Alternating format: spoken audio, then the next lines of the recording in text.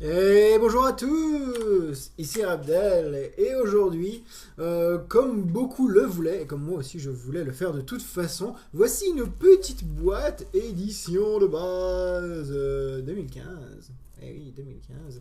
Très très bien, une petite boîte à ouvrir donc ensemble sur le channel. J'espère que ça vous fait plaisir. On va faire un peu comme d'habitude, hein. Les bonnes vieilles habitudes ne changent pas. Je vais faire trois petites sections d'ouverture sur cette boîte. J'ai déjà ouvert pas mal de boosters M15 sur le channel grâce au prix-release qui m'ont apporté pas mal de boosters. En voici 8. Et donc on va faire comme d'habitude 3 sections de 12 boosters. Normalement ça fait le compte. Avec donc 36 boosters dans cette boîte. On en a 4 ici, 4 ici et 4. Voilà les 12 premiers boosters de cette boîte. Donc encore une fois une ouverture en 3 parties de cette boîte M15. Qu'est-ce que je peux bien chercher dans cette extension? Alors j'aimerais bien finir mon playset de Chord of Calling, je vous avouerai. J'en ai déjà eu 2 en pré-release. J'aimerais bien ne pas avoir d'Adjani vu que j'en ai déjà 3. J'ai pas arrêté d'en drafter ou d'en jouer, j'en ai eu 2 en AP. Sinon, Nissa, peut-être un petit arpenteur aussi, les arpenteurs, surtout le bleu, le nouveau Jace que je n'ai pas. Bien entendu, qu'il est nouveau. Donc voilà, et pourquoi pas un petit Garruk qui a l'air vraiment fatas. Mais l'arpenteur le plus intéressant c'est encore Nissa. Donc voilà, peut-être un petit Nissa, pourquoi pas Foy. On va voir ce que cette boîte nous réserve. Et sans plus attendre, le premier booster.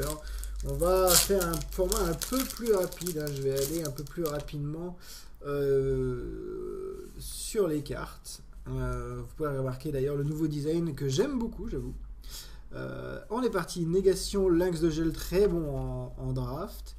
Fielleux à la torche, pilier de lumière, épluchage de réalité, sonner l'alerte, très bien. Totem vivant, ratifoïdien, j'ai fait de combos très sales avec cette carte. Guivre de siège, chat noir, maîtrise de la bataille, fossoyeur, toujours très très bon fossoyeur, hein. Ça donne pas mal de valeur à vos cartes dans votre cimetière. Slivoid venimeux et première rare, cruel sadique. Cruel sadique que je ne connais pas du tout d'ailleurs. Pour un noir et c'est une 1-1. Payez 1 engagé, payez un point de vie, mettez un marqueur +1/+1 sur la cruel sadique. Et 3 engagés, retirez X marqueur +1/+1, inflige X blessure à la créature ciblée. Ça peut être pas mal pour. C'est ce qu'on appelle un mana sink. Ça permet en fait d'utiliser votre mana comme vous ne l'utilisez pas. Ça peut être pas mal. Pendant que les chats commencent déjà à se battre. C'est la tradition, hein, sur mes vidéos. Les chats se battent dès que je commence à ouvrir des boosters. C'est dire si ils aiment Magic l'Assemblée. Hop. Alors, attendez, je fais un chouïa de ménage. Sinon, je n'arriverai jamais à avoir assez de place. Vous voyez, l'état de mon bureau, c'est beaucoup trop encombré. Et on est parti sur ce deuxième booster. Pilier de la lumière, chronobalbutiement. Point infernal, très très bonne carte. Sainte Mage, enfin, bien sympa avec sa capacité. Relieur d'âme, machine du tyran qui m'a fait faire pas mal de café également. Guide voix satire, chat noir, affre verdoyant. Ouverture des tombes, parangon des brumes coalescentes. Donc ça c'est l'antienne glorieuse sur pattes en bleu. Gardienne de progéniture. Juggernaut, toujours très très sympa Juggernaut. Ça fait vraiment mal, early. Et un archange de la résolution, c'est la carte d'AP blanche qui vous permet de revenir à 20 points de vie quand elle arrive en jeu. Et bla. J'ai déjà été très, très embêté par cette carte. J'ai fait tomber mon adversaire à 4, je vais un peu tout donner et il est remonté à 20 points de vie.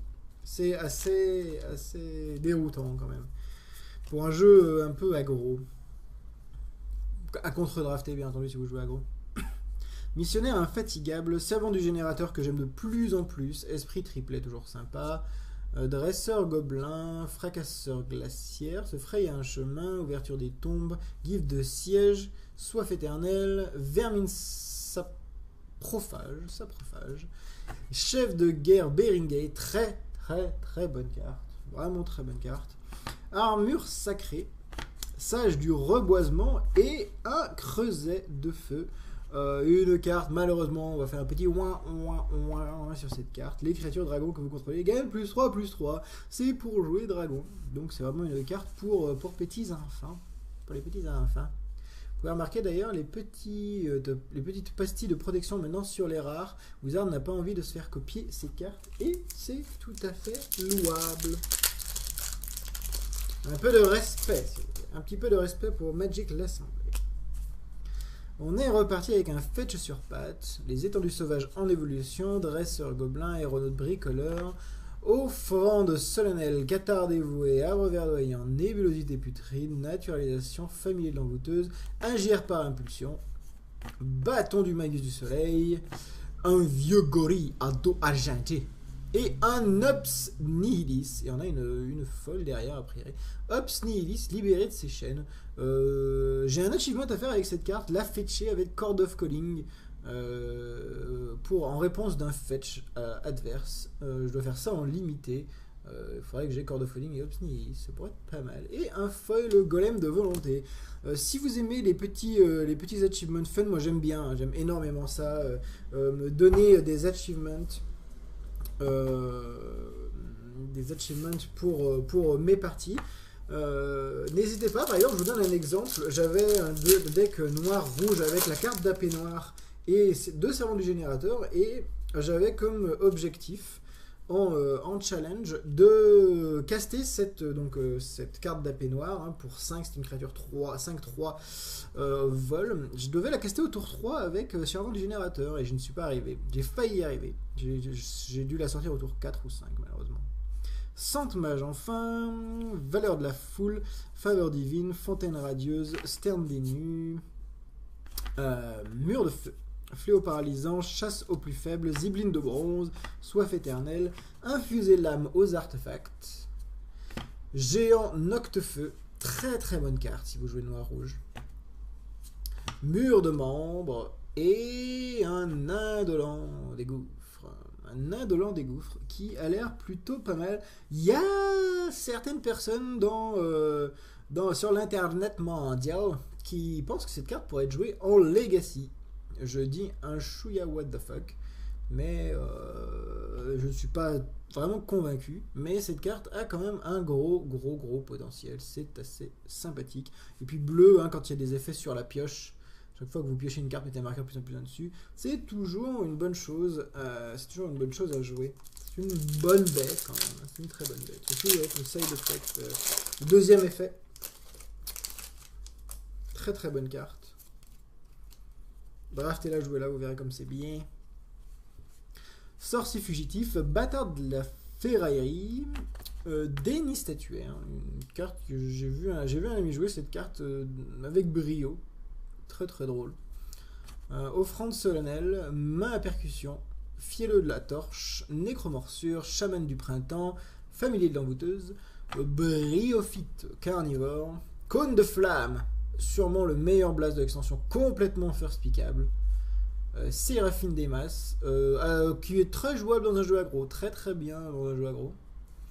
Bâton du magus sauvage et une colère brûlante. Alors j'ai parlé de l'artifoïdien tout à l'heure, et ben je parle de colère brûlante maintenant. C'est une combo que je sors très souvent, colère brûlante, ratifoïdien. Ça permet de clean le board adverse rapidement. Très drôle, hein, colère brûlante. N'hésitez pas, c'est complètement first pickable, complètement, et ça fait complètement le café.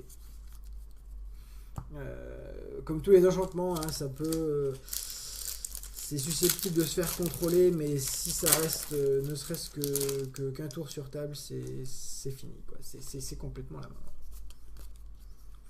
On en est au 7e booster de cette première partie.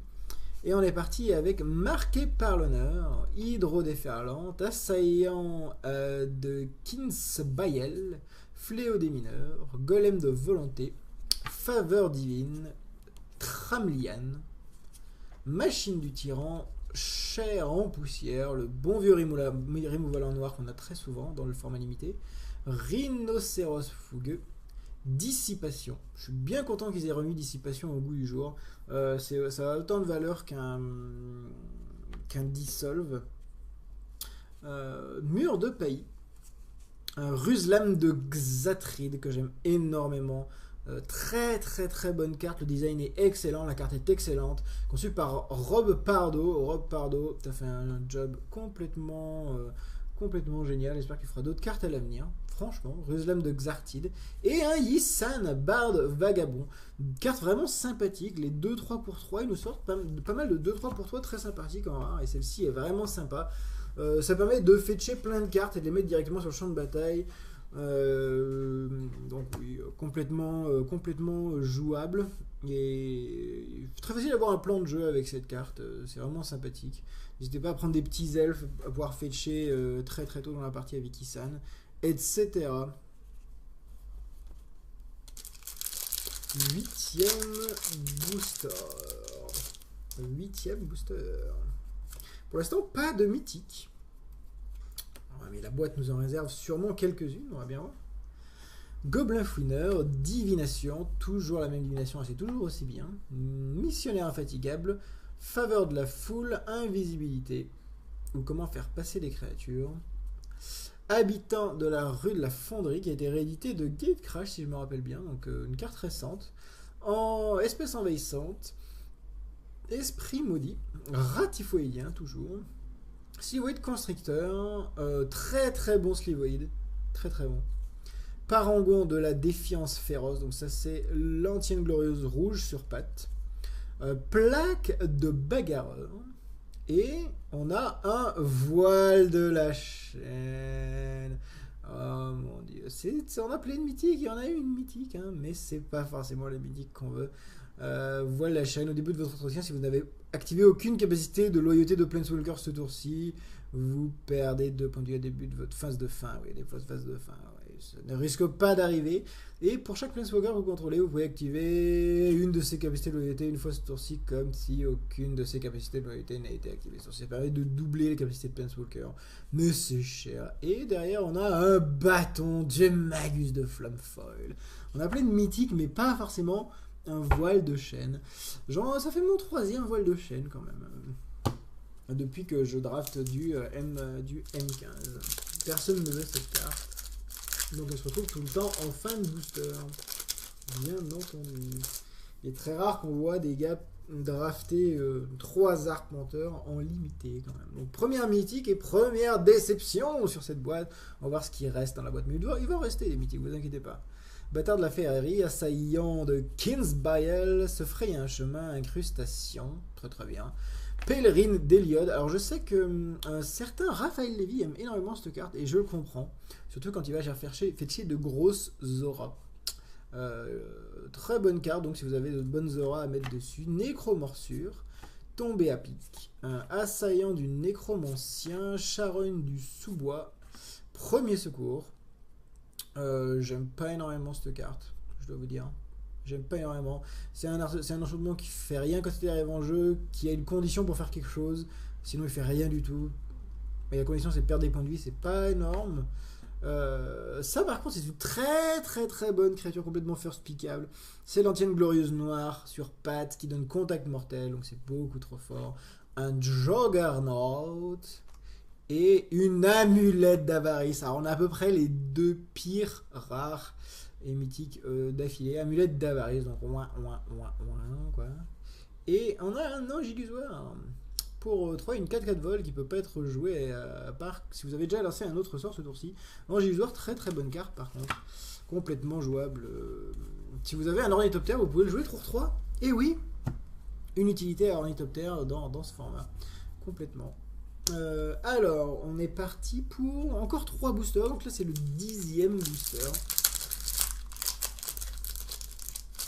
Hop. Et on est reparti avec un dresseur gobelin, aéronaute bricoleur, offrande solennelle, cathare dévoué, diable des forges, collet de vide, toujours très très bien, très très sympa collet de vide, Pacte de sang. Très bonne carte avec convocation. C'est pas, vous fiez pas à son coup, fiez-vous surtout au fait que ce soit un rituel. Malheureusement, ça va vous prendre un bon tour de jeu. Mais plus 4, moins 4, c'est pas mal. Tuer une bête, ça colle 4, c'est pas mal. Ça gère par exemple un rhinocéros fougueux, qui est pas mal. Vermine saprophage, ça ne gère pas une vermine saprophage par contre. Chasse au plus faible. L'Esteline, très bonne petite carte, beaucoup de valeur, permet de sauver une bête, spawner une 2 de vol comme ça, un petit peu à l'impromptu, c'est pas mal, c'est toujours pas mal.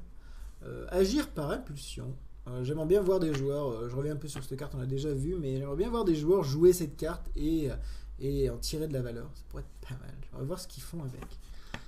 Bâton du Magus de Flamme et des liens spirituels. Une carte quand même qui a de la valeur. Ah oui, bien entendu, je viens d'y penser, mais il y a les bilans. J'aimerais bien avoir quand même quelques bilans, ça pourrait être pas mal. Dans un M15. Mais liens spirituels, c'est très bien.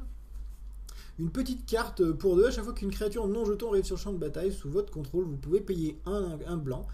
Si vous faites ça, vous pouvez mettre une petite 1 esprit avec le vol en jeu que vous pouvez sacrifier pour donner indestructibilité à une créature non esprit, ce qui est complètement génial.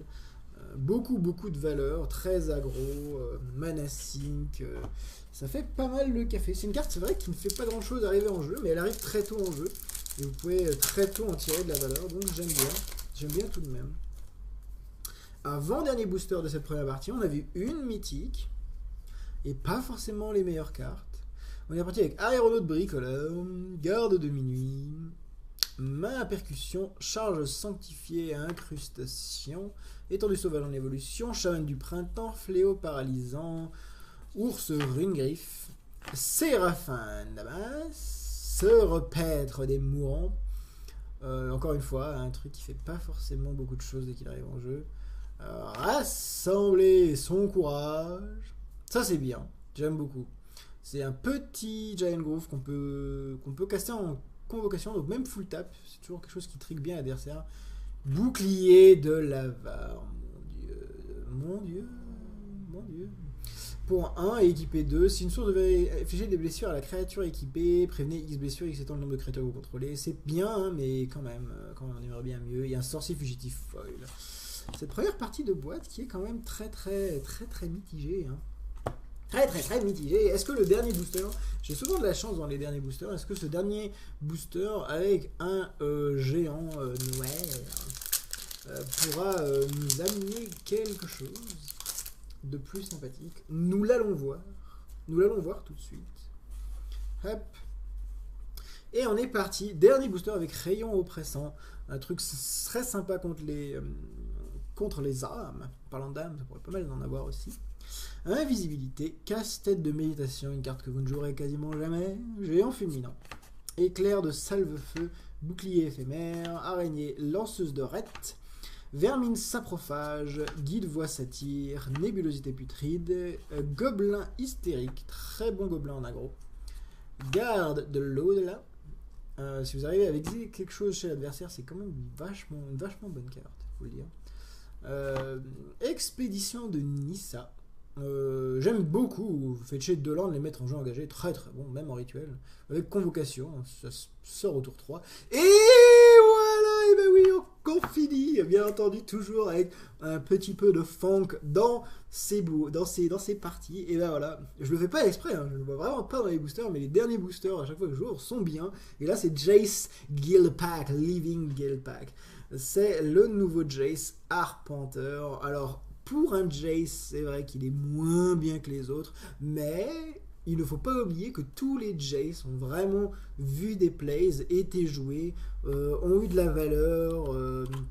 Bien entendu, il y a Jace TMS qui est toujours excessivement fumé, mais tous les Jace étaient vraiment bien. Lui est peut-être un chouïa en dessous, mais tout de même, on va lire la carte. C'est quand même un arpenteur qui arrive au tour 4 avec 5 de loyauté, ce qui est bien. Sur plus 1, regardez les 2 cartes du dessus de vos bibliothèques, mettez l'une d'elles dans votre cimetière. Tout simplement, ça permet de filtrer votre bibliothèque, ce qui est quand même vraiment bien. Pour 3, renvoyer un autre permanent non terrain dans la main de son propriétaire, donc un bounce gratuit, c'est toujours sympathique. Et moins 8, chaque joueur mélange sa main et son cimetière à ses bibliothèques. Vous piochez cette carte. Donc en gros, l'adversaire se défausse de toute sa main, mais prend son cimetière, le met dans sa bibliothèque, et uniquement vous repiochez une main entière. C'est exactement ce que vous voulez en contrôle sur un arpenteur. Donc oui, Jace Living Guildpact, je pense que ça sera joué. Je pense clairement que ça sera joué. Il peut se protéger un petit peu lui-même. Il peut vous purifier votre draw. Il peut faire plein de trucs, ce petit Jace. Donc oui, il sera joué. Je l'espère bien. Et ben voilà, on finit quand même pas mal cette boîte qui avait commencé par... Qui a vu quand même pas mal de cartes un peu moisies, un peu moisies, du genre ça, du genre une amulette d'avarice. On a un Jace Living Guildpact tout de même. Ouais, il y a quasiment que ça à retenir, un Jace Living Guildpact et des liens spirituels, je pense. Je pense que c'est à peu près tout ce qu'on retiendra. Il y a un Ops Nihilisme qui sera toujours bien dans... Je pense que ça sera joué en EDH quand même. Très très bien. Quelque chose qui empêche de fetcher en EDH, enfin qui empêche. Qui vous prémunit beaucoup de fetcher. C'est une créature légendaire. Donc je pense que ça sera joué en EDH. Ouais. Ops Nihilis. Mais sinon, on restera bien entendu sur Jace Living Guildpact, mon premier. Je suis très content, je dois vous avouer. J'espère que cette petite première partie d'ouverture vous a plu. Et ben, n'hésitez pas, sûrement demain la deuxième partie et après-demain la troisième partie pour vous. Moi, je vais enchaîner les enregistrements. Si vous avez aimé cette vidéo, n'hésitez pas à la liker et à la partager, ça me fera énormément plaisir. Si vous aimez ces vidéos en général, n'hésitez pas également à vous abonner à la chaîne. Si vous abonnez à la chaîne, vous verrez plein d'arpenteurs piochés dans des boîtes. Et surtout, vous serez notifié par email dès qu'une vidéo sort. Et si vous voulez parler de Magic, n'hésitez pas à le faire en commentaire de cette vidéo. J'ai également un Twitter, un Facebook et un channel Twitch qui diffuse allègrement du League of Legends actuellement. Donc n'hésitez pas, Twitch, Twitter, je suis de plus en plus actif sur Twitter d'ailleurs, et Facebook, Rapdel et Jobard. Donc voilà. Et d'ici la prochaine vidéo, eh ben, je vous souhaite de bons drafts et de bons pools dans vos boosters, mes amis. Ciao, ciao!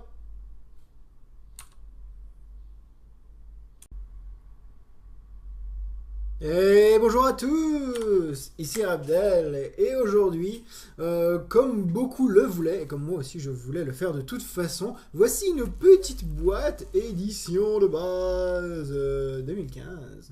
Eh oui, 2015.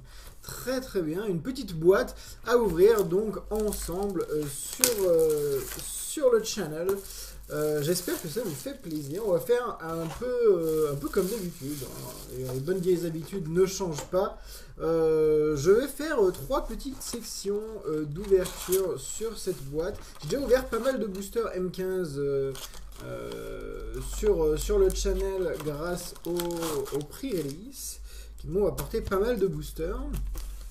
En voici 8. Et donc, on va faire, comme d'habitude, 3 sections de 12 boosters. Normalement, ça fait le compte. Avec donc 36 boosters dans cette boîte. On en a 4 ici, 4 ici et 4. Voilà, les 12 premiers boosters de cette boîte. Donc, encore une fois, une ouverture en 3 parties de cette boîte M15. Qu'est-ce que je peux bien chercher dans cette extension? Alors j'aimerais bien finir mon playset de Chord of Calling, je vous avouerai. J'en ai déjà eu 2 en pré-release. J'aimerais bien ne pas avoir d'Adjani vu que j'en ai déjà 3. J'ai pas arrêté d'en drafter ou d'en jouer, j'en ai eu 2 en AP. Sinon Nissa, peut-être un petit arpenteur aussi, les arpenteurs, surtout le bleu, le nouveau Jace que je n'ai pas, bien entendu, qu'il est nouveau. Donc voilà, et pourquoi pas un petit Garruk qui a l'air vraiment fatas. Mais l'arpenteur le plus intéressant c'est encore Nissa. Donc voilà, peut-être un petit Nissa, pourquoi pas Foil. On va voir ce que cette boîte nous réserve. Et sans plus attendre, le premier booster. On va faire un format un peu plus rapide. Je vais aller un peu plus rapidement sur les cartes. Vous pouvez remarquer d'ailleurs le nouveau design que j'aime beaucoup, j'avoue. On est parti. Négation, lynx de gel, très bon en draft. Fielleux à la torche, pilier de lumière, épluchage de réalité, sonner l'alerte, très bien. Totem vivant, ratifoïdien. J'ai fait 2 combos très sales avec cette carte. Guivre de siège, chat noir, maîtrise de la bataille, fossoyeur, toujours très très bon fossoyeur. Hein. Ça donne pas mal de valeur à vos cartes dans votre cimetière. Slivoid venimeux et première rare, cruel sadique. Cruel sadique que je ne connais pas du tout d'ailleurs. Pour 1 noir et c'est une 1-1. Payez 1 engagé, payez 1 point de vie, mettez un marqueur +1/+1 sur la cruel sadique. Et 3 engagés, retirez X marqueur +1/+1, inflige X blessure à la créature ciblée. Ça peut être pas mal pour. C'est ce qu'on appelle un mana sink. Ça permet en fait d'utiliser votre mana comme vous ne l'utilisez pas. Ça peut être pas mal. Pendant que les chats commencent déjà à se battre. C'est la tradition hein, sur mes vidéos. Les chats se battent dès que je commence à ouvrir des boosters. C'est dire si ils aiment Magic l'Assemblée. Hop. Alors, attendez, je fais un chouïa de ménage. Sinon, je n'arriverai jamais à avoir assez de place. Vous voyez, les tables